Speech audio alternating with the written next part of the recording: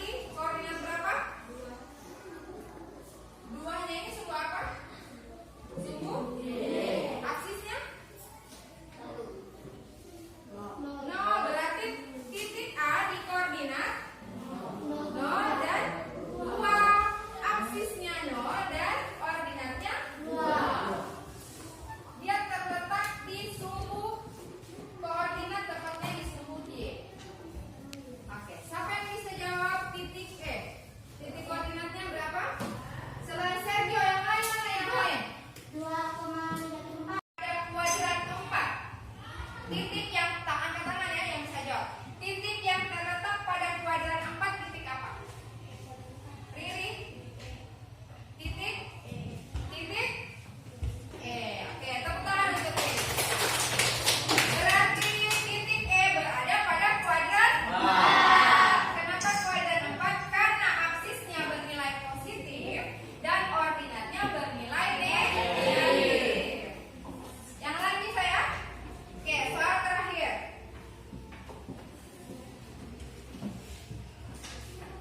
Titik yang berjarak 3 satuan di atas sumbu X dan berjarak 5 satuan di kanan sumbu Y terletak pada titik apa? 3 satuan dari di atas sumbu X. Untuk kali ini kita bertemu. Silakan duduk dulu semuanya. Oke, untuk pertemuan kali ini sampai di sini. Kenapa ini?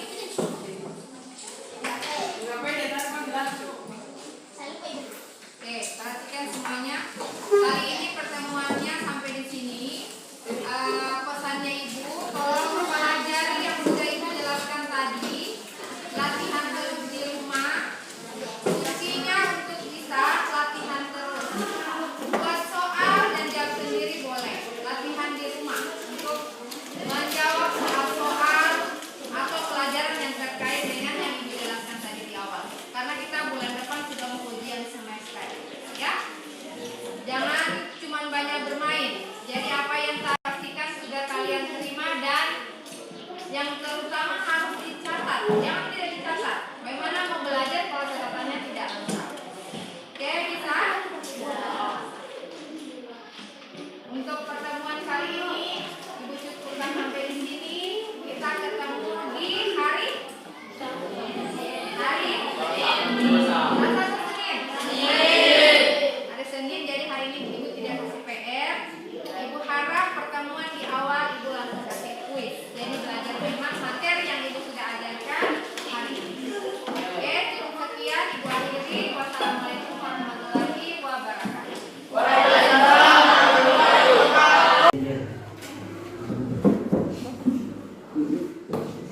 Selamat siang Ibu Wilda.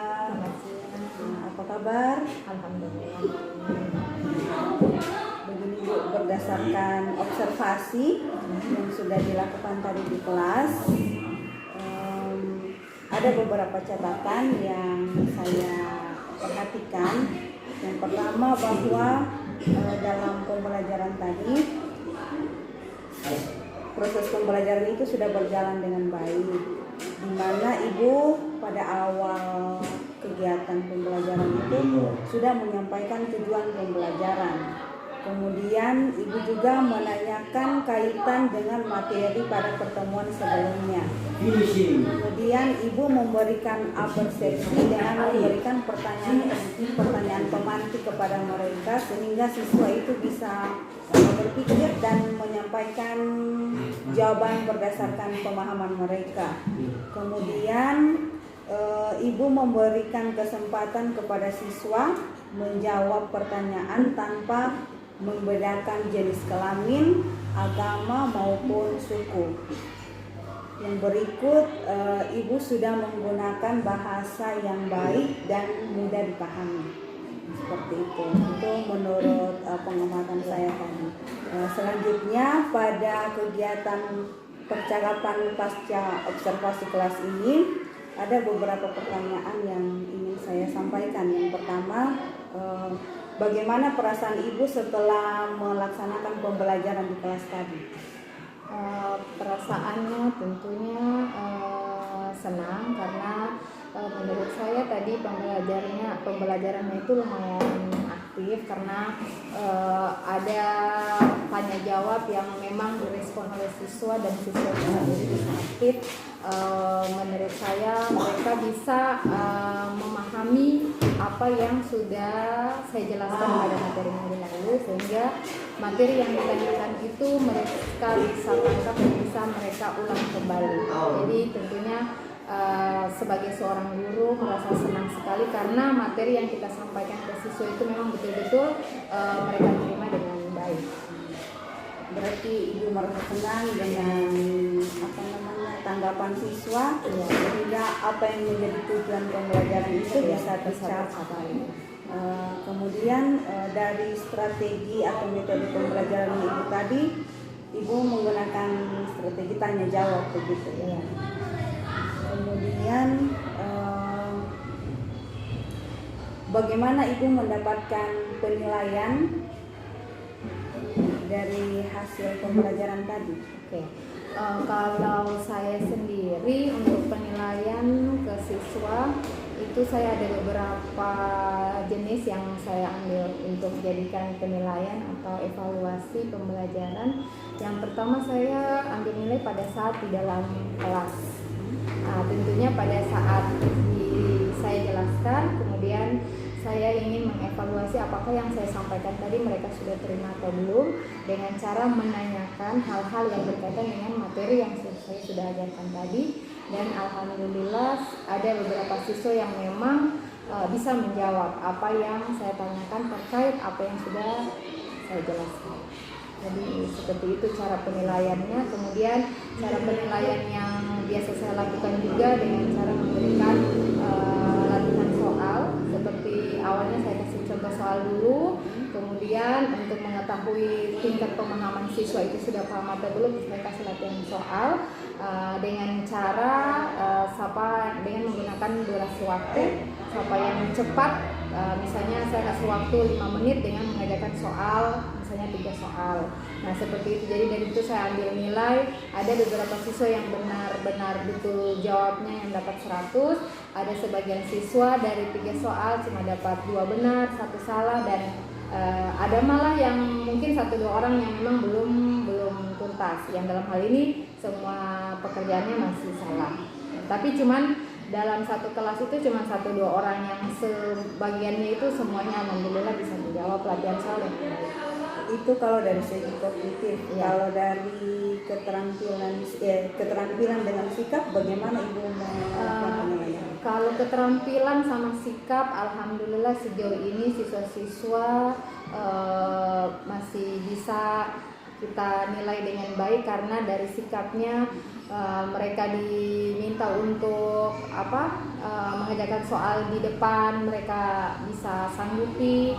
Kemudian biasa saya meminta mereka untuk menarik kesimpulan dan mereka juga bisa. Kemudian mereka biasanya menanyakan sesuatu yang mereka belum paham itu dengan bahasa-bahasa yang memang sopan, dan etika mereka di dalam kelas juga masih dalam batas ini wajar, karena kalau mereka mau izin atau apapun keluar ruangan mereka minta izin kepada guru.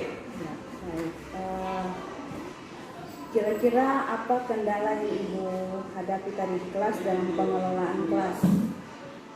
Untuk kendala tadi, khusus materi tadi ya. Untuk kendala yang pertama untuk materi tadi, kendalanya yang pertama kurangnya media, dalam hal ini alat peraga. Karena kalau menurut saya, kalau kita bantu dengan menggunakan suatu media atau alat peraga itu mungkin lebih mempercepat tingkat pemahaman siswa, karena mereka tidak langsung melihat bentuknya seperti ini.